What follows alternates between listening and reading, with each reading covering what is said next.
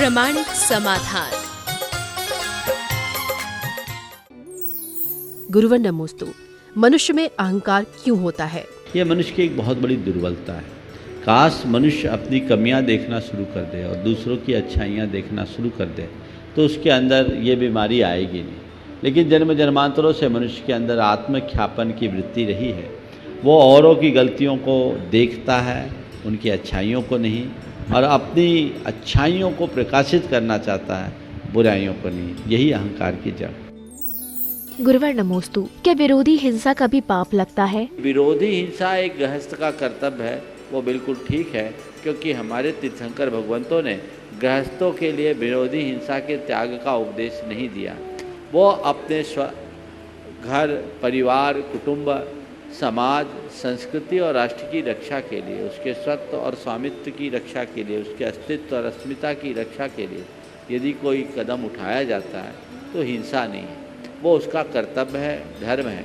रामचंद्र जी ने रावण पर अटैक किया तो अटैक किया, वो हिंसा नहीं थी, वो उन्हें हिंसा करनी पड़ी, ये मजबूरी थी, जो उनका कर्तव्य था। यदि ऐसा नहीं करते तो बहुत सारी बातें गड़बड़ हो जाती। गुरुवर नमोस्तु। प्रकृति ने हमें आनंद ही दिया, किंतु फिर भी दुखी रहते हैं, ऐसा क्यों? प्रकृति में आनंद है, दुख हमने खुद ने प्रकट किया। आपने पूछा ऐसा क्यों? क्योंकि हमने उसमें विकृति डाल दी। जहाँ विकृति है वहाँ दुख है, और जहाँ प्रकृति है वहाँ सुख है। मनुष्य की मनोवृत्ति कुछ ऐसी है कि उस प्रकृति को प्रकृति के रूप में स्वीकार करने के लिए उसका मन राजी नहीं होता और वो विकृति की ओर झुक जाता है, इसलिए ऐसा परिणाम होता है। मनुष्य यदि सहजता को आत्मसात करके जीना शुरू करे तो उसे कहीं कोई कठिनाई न। गुरुवर नमोस्तु। किसी ने कहा है कि जीवन के अंतिम क्षणों में हमारा संपूर्ण जीवन एक फिल्म की तरह आंखों में दिखेगा, तो ऐसा क्या करें कि वह देखने लायक हो? बहुत अच्छी बात कही है जिन्होंने भी ये बात कही कि हमारे जीवन का बीतने वाला एक एक क्षण एक समय ऐसा आएगा जो एक फिल्म की तरह दिखेगा। आपने कहा है कि कोशिश करें कि क्षण ऐसे बीते कि वो फिल्म देखने लायक। कुछ मत करो, उसके लिए एक छोटा सा प्रयोग करो। जब कभी भी कैमरा आपके सामने होता है आप कितने अलर्ट हो जाते हैं? होते हैं ना। जब कैमरा सामने आता है आप अलर्ट होते हैं, चेहरे में अलग सी मुस्कान होती है, क्योंकि आपको लगता है रिकॉर्डिंग चालू है ना। तो आप चाहते हैं कि अच्छी रिकॉर्डिंग हो तो अच्छा एक्शन करना शुरू कर दो। अगर आपका एक्शन अच्छा होगा तो रिकॉर्डिंग अच्छी होगी, और एक्शन खराब होगा तो रिकॉर्डिंग खराब होगी। ध्यान रखना, ये कैमरा भले तुम्हें दिख जाता है तो फिर भी तुम सावधान हो जाते हो। हमारी ज़िंदगी के साथ लगा हुआ कैमरा अनवरत चलता है, उसकी रिकॉर्डिंग सतत जारी है जिसका हमें पता नहीं चलता। इसलिए हर पल ध्यान में रहो, आप कैमरे की नज़र में हो। रिकॉर्डिंग चालू है, सावधान हो जाओ, कहीं मेरी रिकॉर्डिंग बिगड़ ना जाए। ऐसी फिल्म बने जो देखने लायक ही नहीं, दिखाने लायक भी हो। गुरुवर नमोस्तु। भगवान पार्श्वनाथ ने कमठ के उपसर्ग करने पर भी समता धारण की, ऐसा हम क्यों नहीं कर सकते? बात बिल्कुल सही है। विडंबना यह है कि पार्श्वनाथ को मोक्ष हो गया, कमठ आज भी संसार में घूम रहा है, और लोग पूजा पार्श्वनाथ की करते हैं और अनुकरण कमठ का करते हैं, इसलिए मामला गड़बड़ हो जाता। हमें चाहिए कि हम पार्श्वनाथ की पूजा करें तो पार्श्वनाथ का अनुकरण भी करें, तभी हम अपने जीवन के सर्वोपरि हित को साध सकेंगे, अन्यथा कोई रास्ता नहीं। आपने कहा है कि ऐसा हम अपने जीवन में कैसे लाएं। हमेशा एक ही बात व्यक्ति अपने मनोमस्तिष्क में अंकित कर ले कि मुझे वैर मुक्त जीवन जीना है, तो उसके जीवन में ये बातें आएगी ही नहीं। हर पल, जैसा सुबह मैंने कहा था कि क्षमा के भाव का विस्तार रखें। यदि हम अपने मनोमस्तिष्क में ये बात रखें तो अपने आप हमारे जीवन में ये परिवर्तन आएगा। मुझे क्षमा करना है, मैं सब जीवों से क्षमा मांगता हूँ, सब जीव मुझे क्षमा करें, ये पुकार अंदर से उत्पन्न होने लगे तो किसी भी तरह की वैर की गांठ मन में नहीं आएगी। देखिए, मैं आपको बताऊं कैसे लोग होते हैं। मेरे संपर्क में एक बहन जी है, मैंने एक बहन जी ने मुझे सुनाई, वो कभी किसी से किसी भी प्रकार का वाद विवाद नहीं करती, उनके नेचर में। और वाद विवाद हो जाए किसी वजह से तो तुरंत क्षमा मांग। उन्होंने एक बार कहा कि एक टैक्सी वाले ने थोड़ा ज़्यादा चक्कर लगवा दिया, और टैक्सी वाले ने चक्कर लगवाया और उससे उन्हें जहाँ जाना था पहुँचने में विलम्ब हो गया। एक बार थोड़ा क्षोभ आ गया और उसको उनने डांट दिया, लेकिन सोच देखो कि नहीं, मुझे किसी के साथ कटुता नहीं रखनी, ये संस्कार में उनके था। उनने बोला महाराज डांटा, और मैं डांट कर के अंदर चले गई, तभी मुझे ध्यान में आया कि मैं इसे गलत डांटी। गेट तक गई थी और वापस रिवर्स होकर के उसको मैंने कहा भैया सॉरी, मैंने आपको गलत डांट दिया, मुझे नहीं डांटना था, शायद आपको पता नहीं होगा इसलिए आप चक्कर लगाए। ये सुना और उसको धन्यवाद कहा कि आपने मुझे सलामती से अपने स्थान तक पहुंचा दिया, इसका मैं धन्यवाद करती हूँ। तो वो ड्राइवर के आंखों में आंसू आ गए। ड्राइवर ने कहा मैं पिछले 20 वर्ष से टैक्सी चला रहा हूँ, आज कोई पहला व्यक्ति आया है जिसने मुझे मेरी गलती पर मुझसे क्षमा मांगी है और उल्टा मुझे धन्यवाद किया है। गालियां देने वाले तो बहुत मिलते हैं, धन्यवाद देने वाले कम। ये अवेयरनेस अगर आपके अंदर हो तो ये स्थितियां बहुत आसानी से बन सकती। गुरुवर नमोस्तु। बच्चों को मंदिर जाने का कहने पर भी वे गुस्सा हो जाते हैं, तब हम उन्हें कैसे समझाएं? मेरा अनुभव ये बताता है कि बार बार कहने से बच्चे प्रायः दूर भागते हैं। उन्हें प्रेम से एक बार समझा दो तो शायद उसका ज़्यादा असर हो। मैं एक बहन जी का उदाहरण आपको देता हूँ।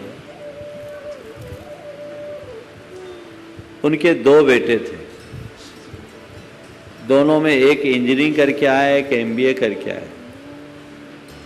जब तक छोटे थे तब तक तो मंदिर वगैरह सब जाते थे। माँ बड़ी धर्मात्मा थी। बाहर पढ़ करके आने के बाद बच्चे इन सब चीज़ों से दूर रहने लगे। माँ ने 1-2 बार समझाया, बच्चों ने अनसुना कर दिया, जैसा कि ज़्यादातर होता है। माँ ने कुछ नहीं किया। उन्होंने सेव रोज खाती थी, सेव का त्याग कर दिया। बच्चे माँ को बहुत चाहते थे और बच्चे ही सेव लेके आते थे। देख रहा है कि माँ कुछ दिनों से सेव नहीं खा रही। बच्चे पूछे माँ आप क्यों नहीं खा रही, क्यों नहीं खा रही है, तो माँ टाल मटोल कर रही है। लेकिन एक दिन घर की नौकरानी से मालूम पड़ गया कि माँ सेव इसलिए नहीं खा रही है कि माँ के मन में लग रहा है मेरे संस्कार कहाँ खो गए, आज मेरे बच्चे मेरी बात क्यों नहीं मान रहे, वो मंदिर क्यों नहीं जा रहे। बच्चे माँ से बेहद प्यार करते थे।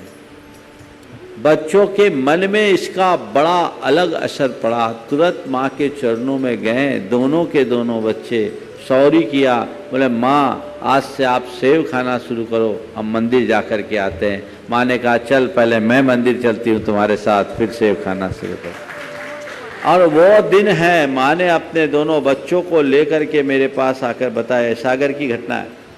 दोनों बच्चों को लेकर के मेरे पास आकर के बताई महाराज ये है, और आज का ये दिन है कि बच्चे, काफ़ी पुरानी बात होगी, 1997 की बात है, 22 साल पुरानी बात है, आज वे बच्चे धर्म मार्ग में बहुत आगे बढ़ गए। तो मेरी आप सबसे सलाह है, बच्चों से ज़्यादा कहोगे तो वो बिगड़ जाएंगे, उन्हें थोड़ा कम कहो और ज़रूरत के हिसाब से कहो। छोटे बच्चों को सलाह दी जा सकती है, बोला जा सकता है, बड़ों को बलात् कुछ नहीं किया जा सकता। केवल इतना कहो कि बच्चे अगर तुम ऐसा करोगे तो हमें अच्छा लगेगा, यह हमारा कर्तव्य है, तुम इसे समझो। तो करते हैं बच्चे, उनके पीछे पड़ने से कोई लाभ नहीं। गुरुवर नमोस्तु। अतीत में व्यतीत हुए समय को किस प्रकार भुलाएं कि वह शिक्षा भी दे दे और दुख भी ना हो? मैं तो ये कहता हूँ अतीत एक भोगा हुआ यथार्थ है, और यदि उससे हम कोई निष्कर्ष निकालना चाहें तो बहुत सारा अनुभव पा सकते हैं। जो भी बुरी स्मृतियाँ हैं उनको दिमाग में हावी मत होने दो। सबसे पहले हमें अतीत की बातों से दुख या तकलीफ कब होती?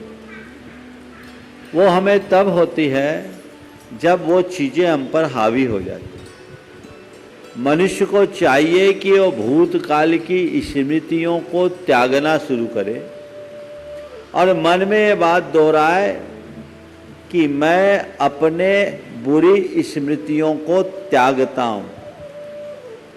आप लोग प्रतिक्रमण करते हैं, तस्मिच्छामि दुक्खलम, मेरा वो दुष्कृत मिथ्या हो।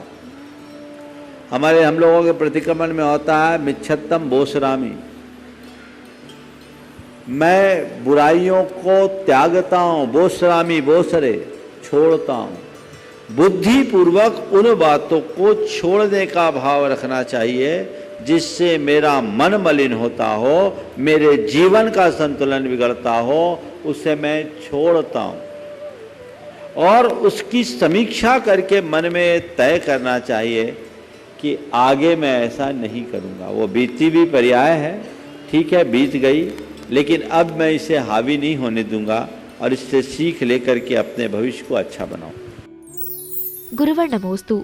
आज नारी उच्च शिक्षा के कारण अपने कर्तव्य को हीन समझकर स्वयं को पुरुषों के समान बनाने का प्रयास करती है, तो ऐसे में क्या उन्हें शिक्षा देना उचित है? सामयिक और महत्वपूर्ण सवाल आपने खड़ा किया। देखिए, लड़कियों को पढ़ाना कतई बुरा नहीं है। मैं पूरी तरह से इस बात का पक्षधर हूँ कि लड़कियों को पढ़ाना चाहिए और ये परंपरा हमें भगवान ऋषभदेव से मिली है।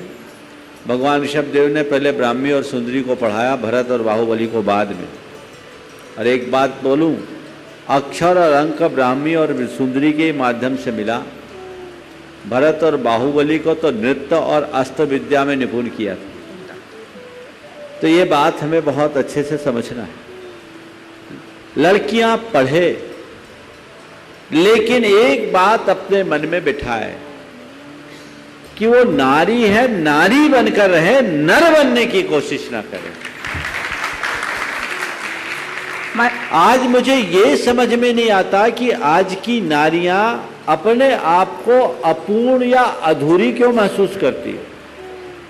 नारी में कहीं कुछ कम नहीं है। किसी कवि ने कहा है, नर से नारी भारी, एक नहीं दो दो मात्रा है जारी। नर में दो है, नारी में चार। नारी अपने आप में कम नहीं है। आवश्यकता है नारी अपने नारीत्व को सुरक्षित रखे और कोई नारी पढ़ लिख कर योग्य बनकर नार्योचित कर्तव्यों के पूर्णता के साथ समाज में आगे बढ़ती है तो हमारे लिए एक बहुत बड़ी मिसाल बनती है। ये परंपरा आज से ही नहीं, हम पूरे इतिहास को पलट करके देखें तो हमारे यहाँ एक से एक नारियां हुई है, चाहे वो शांतला के रूप में हो जैन इतिहास में या और भी हो। ये जैन परंपरा में भी एक से एक नारियां हुई जिन्होंने अपना एक उच्च आदर्श उपस्थित किया। कई शिक्षित थे, उसे युद्ध कला में निपुणता थी, मौका पड़ने पर उन्होंने दशरथ के लिए साथ दिया। लेकिन नारी होने का मतलब ये नहीं है कि जो काम नर करे वही करे। लोगों का प्रतिमान बदल गया, समाज की भी सोच गलत है। कोई नारी अगर नार्योचित कर्तव्यों का पालन करके अपने घर परिवार को ठीक करती है और समाज में उच्च आदर्श स्थापित करती है तो समाज उसे वो महत्व नहीं देता। लेकिन कोई नारी नरों के समान कोई बड़ा काम करती है तो सर्वत्र उसकी वाहवाही होती है। मैं समझता हूँ ये नारी समाज के साथ एक बहुत बड़ा खिलवाड़ है। इसके बड़े भयानक दुष्परिणाम आ रहे हैं। नतीजा क्या निकल रहा है? नारी नारी नहीं रह पा रही है और नर वो बन नहीं पा रही है। नारी नारी रह नहीं पा रही है और नर बन नहीं पा रही है, न इधर की न उधर की। तो मैं पहली बात तो ये कहूँगा कि लड़कियों को पढ़ाइए, पर उनके दिल दिमाग में एक बात पहले बिठाइए कि तेरी विशेषता, तेरे अंदर जो प्राकृतिक गुण है उनके विकास में है। जो नेचुरल इंटेलेक्ट है तुम्हारा, उसको डेवलप करो और अपने प्रतिभा और कौशल के बल पर सबको उसका लोहा मनवाओ। इसमें कोई हानि नहीं। लेकिन यदि वही कार्य दूसरों वाला करोगे तो वो उचित नहीं है। अपवाद स्वरूप ही कोई ऐसा आगे बढ़ते हैं।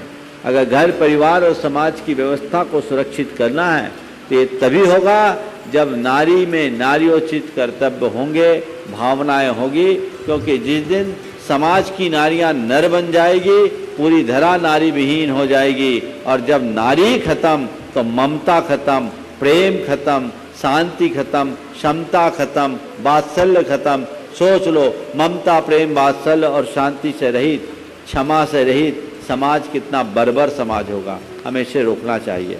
रहा सवाल आज की लड़कियों की सोच का, ये बहुत तेज़ी से सोच बदल रही है। इसके पीछे की मूल वजह आज की शिक्षा प्रणाली है। और आज आप अपने बेटे हो या बेटियां, उनकी शिक्षा का जितना ध्यान देते हैं, संस्कारों का ध्यान भी साथ साथ दीजिए। मेरे संपर्क में ऐसे अनेक लोग हैं जिनकी बेटियां आज लंदन से पढ़कर आई, लेकिन लंदन से पढ़कर के आने के बाद भी माँ बाप ने इतने अच्छे संस्कार दिए कि मत पूछो। एक लड़की के बारे में, एक बड़े अच्छे उद्यमी हैं, उनकी बेटी लंदन से मास्टर्स करके आई और मेरे सामने उनके पिताजी ने जब पूछा कि बताओ तुम्हारे लिए क्या चॉइस है, अब तुम्हारी शादी की बात करना चाहते हैं, कैसी चॉइस है? लड़की ने छूटते ही कहा, पापा आप अपने जैसा लड़का खोज लाइए, मुझे और कुछ नहीं चाहिए। ये संस्कार, तो वो संस्कार भी चाहिए। इसमें केवल बच्चियों का दोष नहीं है, बहुत अंशों में माँ बाप का भी दोष है। शुरू से माँ अपने बच्चे को ऐसे ही चाहती कि वो ऐसा बन, ऐसा बन, ऐसा बन, और जब वो बनने लगती है तो माँ घबरा जाती है। ये भी गड़बड़ है। गुरुवर नमोस्तु, महान लोगों के समान हम अपने जीवन में ऊंचा स्थान कैसे बनाएं? देखिए, आप जितने दुनिया में जितने भी लोग जिन्होंने इतिहास में अपना अमर स्थान बनाया, उनके जीवन चरित्र को आप पढ़ेंगे तो 4 बातें उनमें विशेष पाएंगे। सबसे पहली बात, उनके मन में लक्ष्य के प्रति समर्पण। दूसरी बात लगन। तीसरी बात कठोर परिश्रम। और चौथी बात सकारात्मक सोच। यदि ये बातें आ जाए तो मनुष्य जीवन में बहुत ऊंचा स्थान बना सकता। गुरुवर नमोस्तु, समता की ढाल को किस प्रकार संभाला जाए कि संघर्षों की तलवार उससे भेद ना पाए? देखिए, मैं तो एक कहता हूँ कि समता की ढाल ही एक ऐसी ढाल है जिससे कोई भी संघर्ष या चुनौती की तलवार कभी भेद नहीं सकती। तो वो ढाल मजबूत होनी चाहिए, समझ गए? एक बार वो ढाल आ जाए, अंतिम समय तक मेरा ध्येय ऐसा होना चाहिए कि मेरी क्षमता कहीं से खंडित ना हो।